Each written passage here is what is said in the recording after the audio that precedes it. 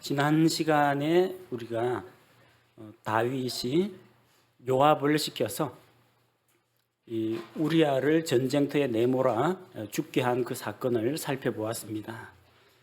그리고 이제 12장에 들어와서는 하나님께서 다윗의 죄 문제에 대해서 친히 다루시는 것을 볼 수가 있습니다. 12장 1절이 이렇게 시작합니다. 주께서 나단을 다윗에게 보내시니, 제일 먼저 나오는 단어가 주께서, 주 여호와 하나님께서 친히 개입하신다는 겁니다. 나단 대언자가 임의로 자기 계획과 자기 뜻대로 다윗을 찾아온 것이 아니라 주께서 나단을 다윗에게 보내셨다는 겁니다. 대언자는 하나님의 말씀을 대신 전달하는 사람을 말합니다. 그러니까 만약 하나님께서 그 입에 말씀을 넣어주시지 않으면 대언자는 할 말이 없어요. 하나님께서 나단에게 내 종 다윗에게 가서 이와 같이 선포하라 말씀을 주신 겁니다. 하나님께서 다윗의 죄를 숨겨두지 아니하고 밖으로 드러내고 또 회개를 촉구하고 그의 죄를 다루시고 또 그의 죄를 치워주시는 것을 볼 수가 있습니다. 이 나단 대언자가 와서 다윗에게 이야기를 합니다. 한 도시에 두 사람이 있었는데 한 사람은 부유하고 다른 사람은 가난한 사람이 있었다. 이거는 다윗의 죄에 대해서 지적하기 위해서, 책망하기 위해서 이 비유를 들어가지고 이야기하는 겁니다. 그 부유한 자, 부유하고 권세를 잡은 다윗 왕을 이야기합니다. 가난한 자는 우리아 장군을 이야기합니다. 부유한 자에게는 양떼와 소떼가 심이 많았다고 했습니다. 그런데 가난한 자에게는 어린 암양 한 마리 외에는 아무것도 없었다는 겁니다. 다윗은 왕으로서 권세와 능력을 가지고 있었고 많은 것을 소유했습니다. 여러 아내를 두었습니다. 또 필요하다면 얼마든지 자기가 원하는 사람과 결혼을 해서 아내로 맞이할 수도 있었던 것입니다. 재산도 많고 부유했고 권력을 가졌습니다. 그러니까 이 부유한 자에게 양떼와 소떼가 많다는 것은 가축들이 많았다라는 이야기가 아니라 다윗에 대해서 이야기할 때 이미 아내와 첩들을 많이 가지고 있는 사람이었다는 겁니다. 그러나 우리아에게는 한 아내가 있었죠. 밧세바가 있었습니다. 그걸 어린 암양이라고 이야기했어요. 그 가난한 자는 작은 어린 암양 한 마리 외에는 아무것도 없었고 그 어린 암양이 그의 자녀들과 함께 있었고 그와 함께 먹고 마시고 또 그의 품에 누웠다고 했습니다. 양이 양우리에 있어야지 침대에 우리아의 품에 안겨서 자거나 그러진 않을 겁니다. 이 말은 이 어린 암양이 우리아의 품에 안긴 이 밧세바라는 이야기입니다. 그런데 어떤 일이 있었느냐? 4절에 보니까 어떤 나그네가 그 부자에게 찾아왔는데 이스라엘의 풍습에는 누군가 손님이 찾아오면은 손님을 대접해야 할 의무가 있습니다. 신약 성경에도 보면은 손님 대접하기를 힘쓰라 그런 말씀들이 로마서, 히브리서에 계속 나오고 있습니다. 아브라함이 자기를 향해서 오고 있는 낯선 세 남자를 보고 맞이하고 그들에게 음식을 대접한 것처럼 나그네를 대접하는 것이 이 지역의 근동 지방의 풍습 중 하나입니다. 그 부유한 자에게 어떤 나그네가 찾아왔습니다. 손님 대접을 해야 되죠.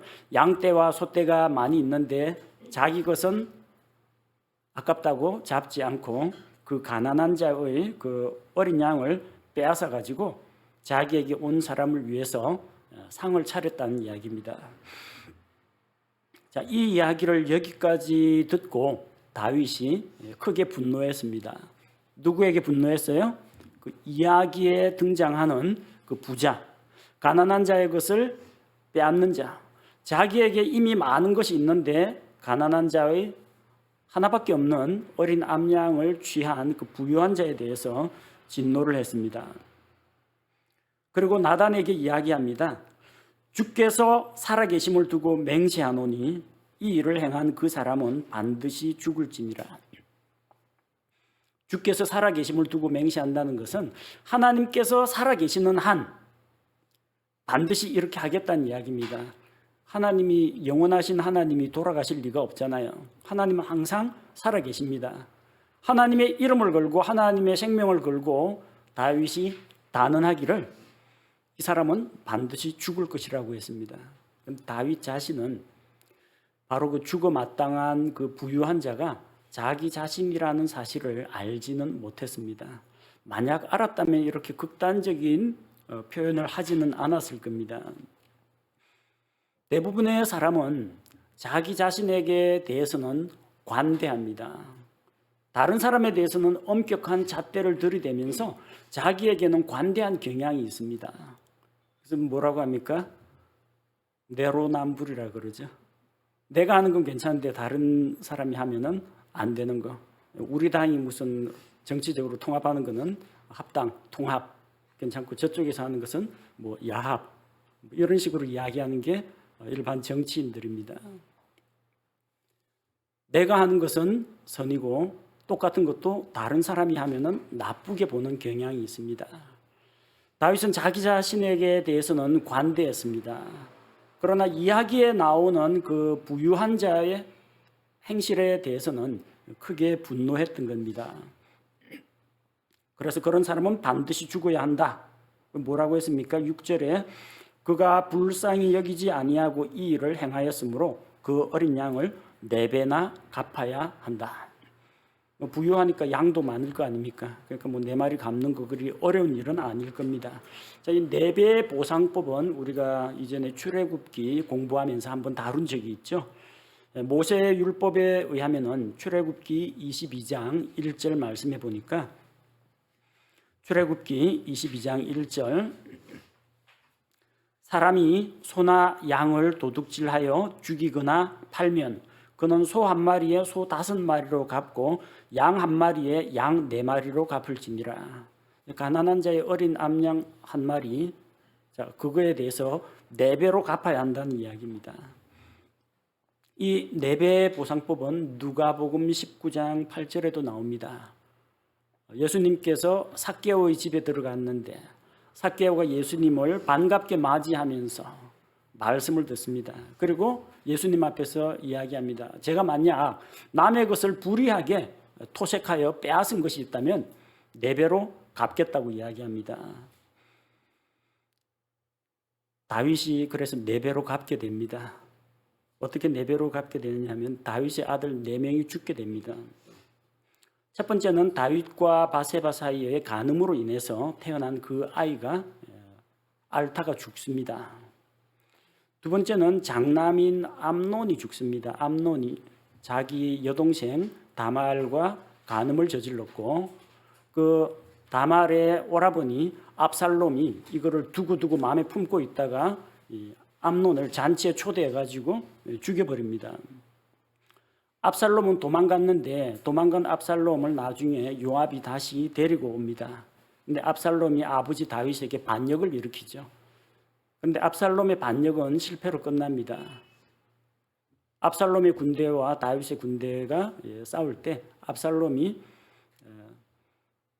머리카락이 아주 풍성하고 머리숱이 많다고 자랑을 했는데 나뭇가지에 자기 머리가 걸려가지고 대롱대롱 매달리죠.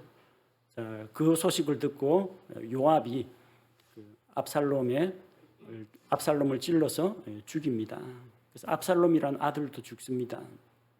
그리고 아도니아가 죽임을 당합니다.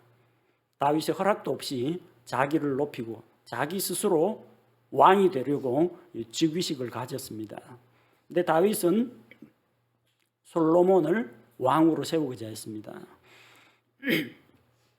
왕위 경쟁에서 아도니아가 물러나긴 했습니다만 나중에 또 다윗의 품에 있던 아비삭을 탐내다가 그것은 이제 왕권에 대한 야심을 버리지 않았다는 이야기죠.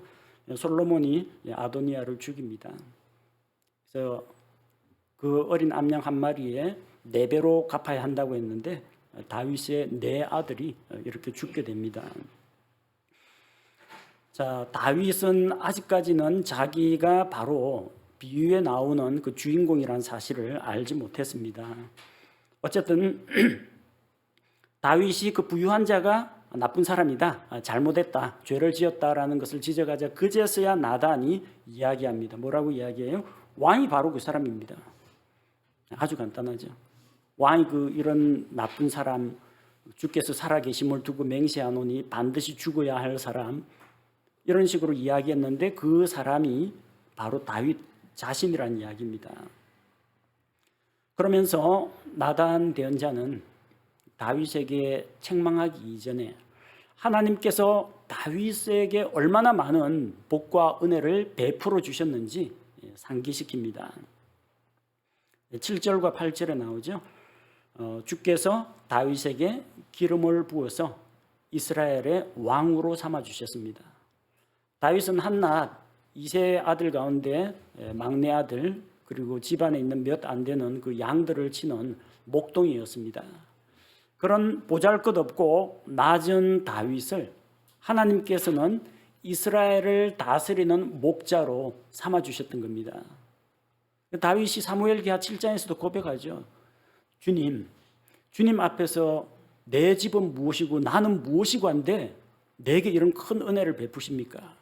받을 만한 자격이나 가치가 없는 자에게 베풀어 주시는 그 하나님의 은혜에 다윗은 감사했습니다. 주께서 그에게 기름을 부으시고 왕으로 세워주신 것, 이 은혜를 잊어서는 안 됩니다. 두 번째는 그가 왕이 되기까지 많은 고난을 겪었죠. 어려움을 겪었습니다. 사울의 추격을 피해서 도망 다니고 했는데 주께서 그를 사울의 손에서 건져내셨습니다.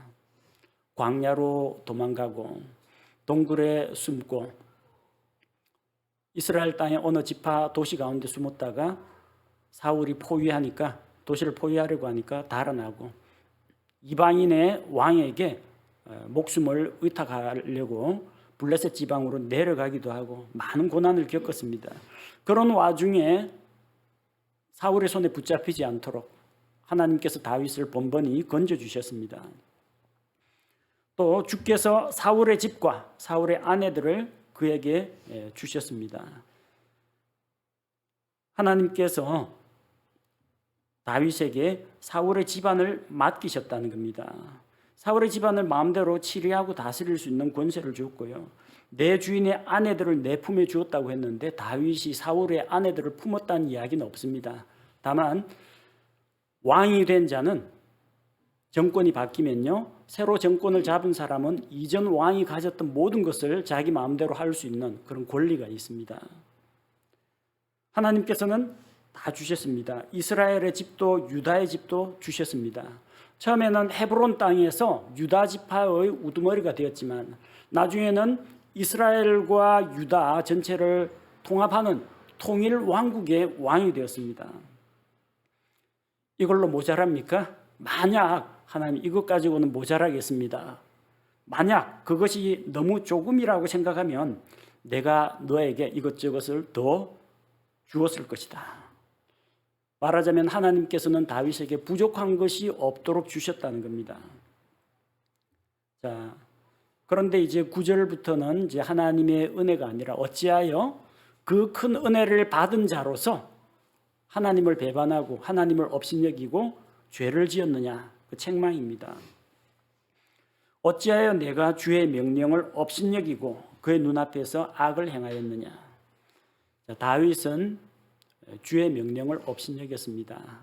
물론 자기 육신의 정욕을 따라 행했지만 그 근본 원인은 어디에 있느냐?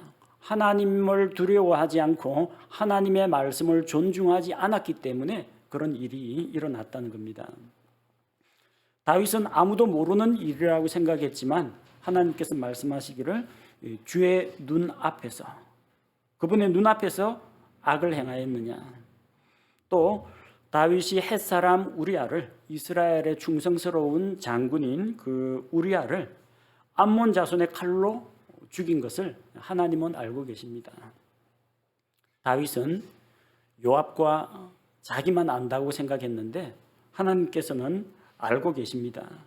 그리고 우리아를 죽이고 과부가 되었으니까 이 합법적으로 그 아내를 우리아의 아내를 자기 아내로 만들 수가 있었던 겁니다. 그의 아내를 빼앗아 내 아내로 삼았다.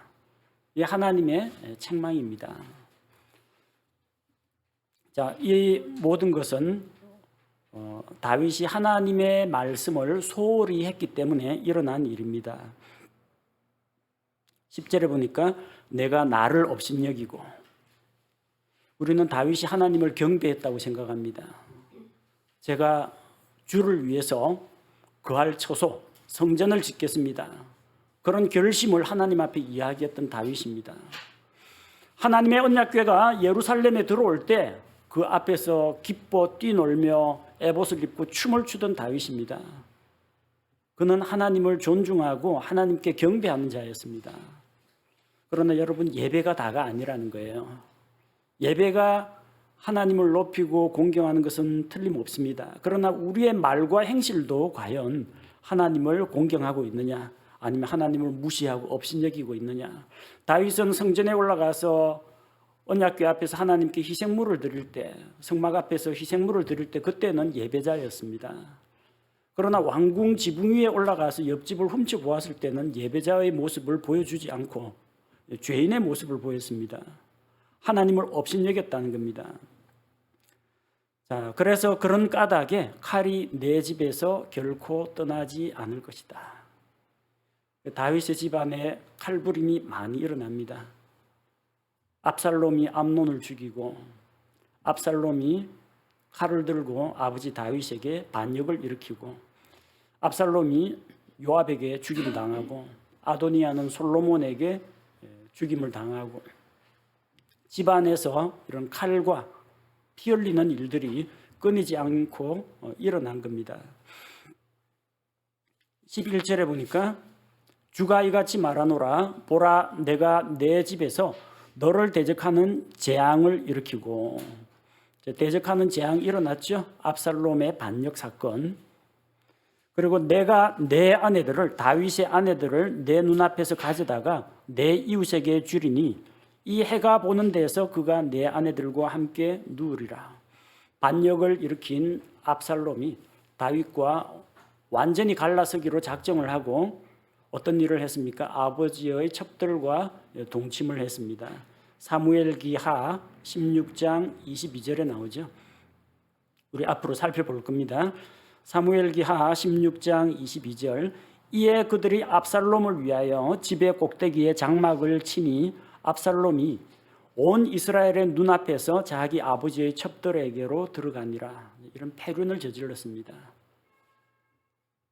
이스라엘 회중이 보는 앞에서 집 지붕 위에다가 장막을 치고 하늘에 해가 내려다보는 거기서 그런 간음을 저질렀다는 겁니다.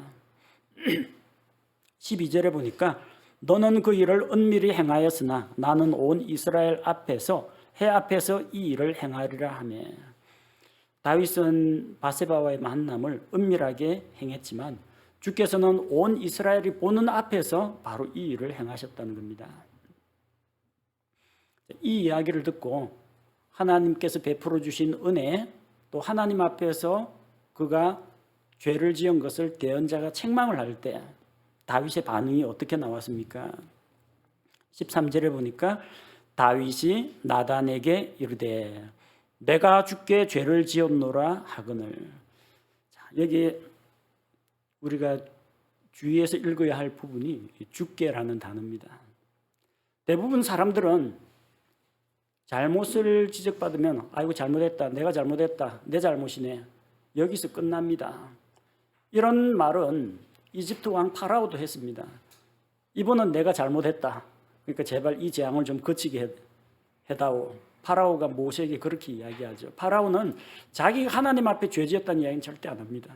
내가 주께 죄를 지었다 고백하지 않고 이번만은 내가 잘못했다, 내 잘못이다. 사울도 사무엘에게 책망을 들을 때 내가 죄를 범하였나이다 그렇게 고백합니다. 근데 그 죄가 하나님을 대적하는 죄라는 것은 고백하지 않습니다. 하나님의 말씀에 불순종한 거, 하나님의 명령을 완전히 이행하지 않은 거, 내가 주의 말씀을 거역했습니다. 내가 주께 죄를 지었습니다 하지 않고 내가 죄를 지었습니다. 누구에게 지었다는 거예요? 누구에게? 그건 내 잘못했다 그 이야기밖에 안 돼요. 다윗이 회개할 때 그는 이 죄가 주께 죄를 지은 것이라고 했습니다. 실질적으로 사람들의 눈으로 볼 때는 내가 바세바에게 잘못했네. 내가 우리아에게 돌이킬 수 없는 죄를 저질렀네. 이렇게 이야기할 수 있습니다. 물론 그것도 맞습니다. 우리아와 바세바의 가정에 자기가 그 가정에 대해서 책임이 있고 잘못을 저질렀다는 것은 옳습니다. 그러나 이 죄가 우리가 범하는 모든 죄가 하나님 앞에 죄를 저지른 것이다. 이걸 고백할 때 회개가 이루어진다는 겁니다. 회개가 그렇게 간단하고 쉽게 끝났다고 생각하시는 분도 있을 수 있습니다. 내가 주께 죄를 지었노라 하니까 나단이 주께서도 왕의 죄를 치우셨으므로 왕이 죽지 아니하리다. 잘못했다는 말 한 번 하니까 하나님이 죄를 다 용서해 주시네. 간단히 생각할 문제가 아닙니다. 이 대언자 나단을 만나고 시편 51편에 보면은 다윗이 바세바에게로 들어간 이후 대언자 나단이 그를 찾아왔을 때 지은 시 시편 51편 위쪽에 헤드라인 제목이 그렇게 나와 있어요. 다윗은 나단의 책망을 듣고서 실제로 그렇게 고백을 했습니다. 내가 죄 가운데 태어나서 죄를 지었고 또 이 죄로 인해서 내가 하나님 앞에서 버림받지 않게 도와주시고 죄로 인해서 나의 이 짓눌린 이런 것들을 하나님께서 다 풀어주시고 다시 한번 구원의 기쁨을 회복시켜 주옵소서. 이런 고백들을 시편 51편에서 다윗이 고백합니다. 단순히 내가 주께 죄를 지었나이다 이 한마디 하는 것이 다윗의 회개의 전부는 아니었다는 이야기입니다. 이것은 대언자 앞에서 그가 고백한 것이고 하나님 앞에서 철저히 회개하고 그가 밤마다 눈물로 내 침상을 띄우나이다. 조금 이제 과장법에 의한 표현인데 눈물이 바다가 돼가지고 침상이 둥둥 떠 있다는 그런 이야기입니다. 얼마나 많은 눈물을 흘렸으면은 하나님 앞에서 철저하게 자기 자신의 이런 연약한 모습과 하나님의 거룩하신 모습을 보고 그는 진심으로 회개를 했다는 겁니다. 그리고 13절에 하나님께서 다윗을 용서하십니다. 하나님께서 대언자 나단을 통해서 다윗에게 말씀하십니다. 주께서도 왕의 죄를 치우셨으므로 왕이 죽지 아니하리이다. 다윗은 이 죄가 하나님께 짓는 죄라는 것을 알고 그렇게 하나님 앞에서 회개를 했습니다. 자, 죄는 하나님께 짓는 거라고 했어요. 그럼 용서는 누가 해줍니까? 하나님이 해주시는 겁니다. 이게 회개할 때 우리가 내가 주께 죄를 지었다. 이 죄가 하나님을 대적하는 것이다. 고백해야 하는 이유가 죄는 하나님께 짓는 것이고 죄를 용서하는 권능도 하나님께 있기 때문입니다. 우리 신약 성경 복음서에도 나오죠. 하나님 외에 누가 죄를 사하겠느냐. 예수님께서 내 죄 사함을 받았느니라 하니까 바리새인들이 전부 다 깜짝 놀라죠. 이 사람이 누구길래 죄를 사하느냐. 하나님 외에 누가 죄를 사할 수 있느냐. 하나님만이 죄를 용서할 수 있습니다. 왜? 죄는 하나님을 대적하는 것이고 하나님께 짓는 것이기 때문에 하나님께서 용서하시면 용서가 이루어진다는 겁니다. 하나님께서 다윗의 죄에 대해서 어떻게 하셨습니까? 성경 말씀에 보니까 주께서 왕의 죄를 치우셨으므로 죄를 치우셨다는 거예요. 시편 32편 1절과 2절 말씀 보니까 시편 32편 1절 2절 자기 범법을 용서받고 자기 죄가 가려진 자는 복이 있도다. 영 안에 간사함이 없고 주께서 불법을 인정하지 아니하는 사람은 복이 있도다. 용서받은 자의 기쁨에 대해서 다윗이 이렇게 고백하고 있는 겁니다. 하나님께서 범법을 용서하시고 내 죄를 가려주시고 또 내 불법을 하나님께서 죄의 삭스를 이미 받았기 때문에 그 불법을 인정하지 않고 의롭다고 인정해 주실 때 값 없이 은혜로 의롭게 된 자의 기쁨을 이렇게 노래한 겁니다. 또 다윗은 아까 대언자 나단이 그 비유를 들어서 이야기했을 때 주께서 살아계심을 두고 맹세하노니 이 일을 행한 그 사람은 반드시 죽을지니라. 하나님 이름을 걸고 맹세했는데 다윗의 말대로 하면 다윗 자신은 반드시 죽어야 할 사람입니다. 그런데 하나님께서 뭐라고 하셨습니까? 이 일로 인해서 왕이 죽지 않을 것이라고 했습니다. 이 일을 행한 그 사람은 반드시 죽을지니라. 이것은 다윗 자신이 판단한 겁니다. 그런데 재판장이신 하나님께서는 뭐라고 말씀하셨느냐? 하나님께서는 다윗을 죽이지 않겠다고 하셨습니다. 하나님께서 다윗을 용서하시고 그의 죄를 멀리 치우시고 회개한 다윗을 다시 이스라엘의 왕으로 사용하시는 것을 말합니다. 자, 다만 한 가지 문제가 있습니다. 14절 보니까 14절에 그러나 이 행동으로 인하여 왕이 주의 원수들에게 신성 모독에 큰 기회를 주었으니 왕에게 태어난 아이 또한 반드시 죽으리이다 하니라. 하나님께서는 다윗을 용서하셨는데 다윗이 지은 그 죄의 씨앗, 그 죄의 열매, 그게 이제 남아 있다는 겁니다. 그 때문에 다윗이 주의 원수들에게 하나님을 신성 모독하게 하는 그런 기회를 주었다는 겁니다. 주의 원수들이 누구겠어요? 주의 원수들, 하나님을 모르는 이방 민족들입니다. 팔레스틴 지역이 그렇게 아주 크고 넓은 나라가 아니기 때문에 주변에 이쪽 가면 블레셋 있고 모압, 암몬, 아래쪽에 에돔, 다른 이방 민족들이 있습니다. 다윗 왕가에서 일어난 일들에 대해서 아마 소문이 퍼지게 될 겁니다.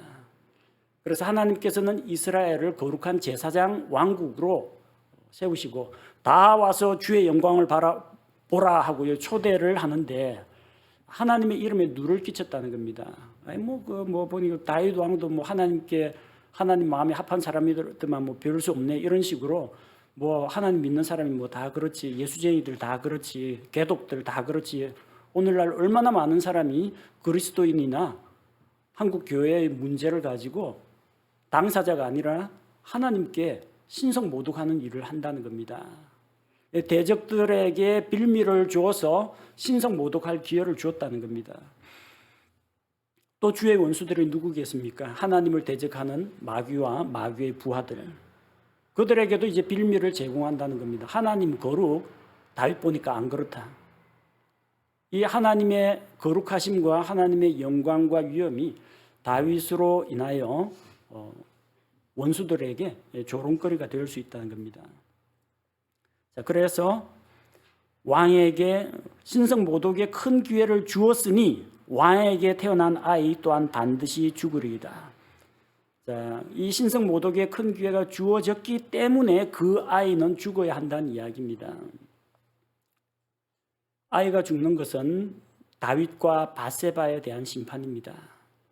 다윗과 밧세바 사이에서 태어난 아이거든요. 아버지고 엄마입니다. 그런데 정상적인 결혼 관계에서 태어난 아이가 아니라 혼외자입니다. 하지만 부모의 입장에서는 어쨌든 내 아이입니다. 그 다윗과 밧세바는 그 아이를 잃어버리는 그 슬픔, 아이의 죽음으로 인해서 심판을 받은 겁니다. 죄의 결과가 이렇게 내가 낳은 아이가 죽는 것으로 끝나니까 그로 인해서 다윗과 밧세바를 하나님께서 심판하신 겁니다. 또 한 가지는 주께서 왕의 죄를 치우셨다고 했죠. 만약 이 아이가 안 죽으면 어떻게 되겠어요? 안 죽고 계속해서 자라면 나중에 왕위 계승전 거기도 나갈 수 있을 테고 사람들이 저 아이는 이상하게 8달 만에 태어난 아이 같은데 저 남편은 전쟁터 나가 있었다는데 애는 어떻게 생겼을까 하면서 밧세바 다윗에 대해서 두고두고 조롱거리, 비방거리가 됩니다. 그래서 하나님께서 평생 동안 다윗을 따라다닐 그 족쇄가 될 죄의 흔적을 깨끗하게 치워주셨다는 이야기입니다. 하나님께서는 죄를 용서하십니다. 그리고 징계와 심판을 내리십니다. 하지만 하나님께서는 죄의 흔적과 죄의 상처까지도 없애주시는 분이 하나님이심을 알 수가 있습니다. 대언자 나단과 다윗의 이야기를 통해서 우리는 몇 가지 배울 점들이 있습니다. 다윗은 나단의 이야기를 듣고 급히 흥분하고 분노해가지고 이런 사람은 죽어 마땅하다라고 이야기했습니다. 대부분의 사람들이 그렇습니다. 자기 잘못은 보지 못하고 남의 잘못은 더 잘 보이고 더 크게 보입니다. 그래서 자기한테는 관대하게, 다른 사람에게는 엄격하게 대하는 그런 경향이 있습니다. 내가 다른 사람을 비판할 자격이 있습니까? 비난할 자격이 있습니까? 그 비난하는 그 잣대를 먼저 나한테 먼저 적용하고 하나님 앞에서 나 자신을 돌아보면은 다른 사람 비난하는 것보다 나의 잘못을 바로잡는 일에 먼저 관심을 갖게 될 것입니다. 다윗의 고백과 같이 모든 죄는 죽게 짓는 것입니다. 죄라는 것은 하나님의 거룩한 성품을 대적하는 것입니다. 그분의 말씀을 어기는 것입니다. 하나님의 뜻을 거스르는 것입니다. 그 죄는 하나님과 나 사이의 관계입니다. 죄는 도덕성의 문제가 아니고, 죄는 준법 정신의 문제가 아니고, 죄는 하나님과 나 사이의 관계 문제라는 겁니다. 죄는 하나님께 짓는 겁니다. 죄를 용서하시는 분도 하나님만 하실 수가 있습니다. 따라서 죄를 지었을 때 그 문제를 해결하려면 어떻게 하느냐? 하나님 앞에 가지고 나와야 합니다. 다윗은 숨기고 감추고 덮으려고만 했습니다. 오늘 12장에서 주께서 나단을 다윗에게 보내신 것은 죄를 밖으로 드러내고 하나님께서 그 죄를 공개적으로 다루시고, 그리고 다윗에게 창피나 무한을 주기 위한 것이 아니라 다윗에게 용서와 회복을 주기 위해서 이 일을 행하셨다는 겁니다.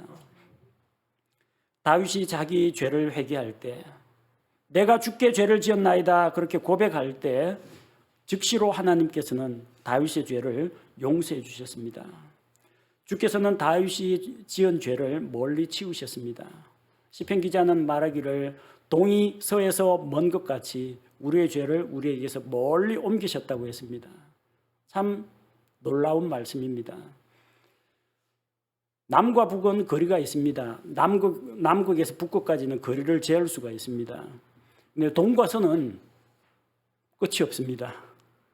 아무리 동쪽으로 가도 계속 동쪽으로 갑니다. 아무리 서쪽으로 가더라도 계속 서쪽입니다. 동이 서에서 얼마나 멉니까? 무한대로 멉니다. 끝이 없이 멉니다. 동이 서에서 먼 것 같이 우리의 죄를 우리에게서 멀리 치우시는 하나님, 죄를 용서하시고 또한 죄의 상처까지도 싸매시고 치유하시고 죄의 흔적까지도 제거해 주시는 그 하나님, 회개할 때 하나님께서 다윗에게 이런 놀라운 용서의 복을 주신 것을 우리가 살펴보았습니다. 죄를 짓지 않는 사람은 없습니다. 모든 사람은 죄인입니다. 그러나 죄를 사유하심이, 죄를 용서하심이 주께 있기 때문에 우리는 주 하나님 앞에 나아가야 합니다. 구약시대는 짐승 희생의 피로 나아갔다면 우리 신약시대에는 예수 그리스도께서 나를 위하여 십자가에서 흘리신 그 보배로운 피를 믿고 하나님 앞에 나아가야 합니다. 우리가 우리 죄를 자백하면 하나님께서는 의로우시고 신실하신 분이기 때문에 우리 죄를 용서하시고 모든 불의에서 우리를 깨끗하게 하실 것입니다. 함께 기도하겠습니다.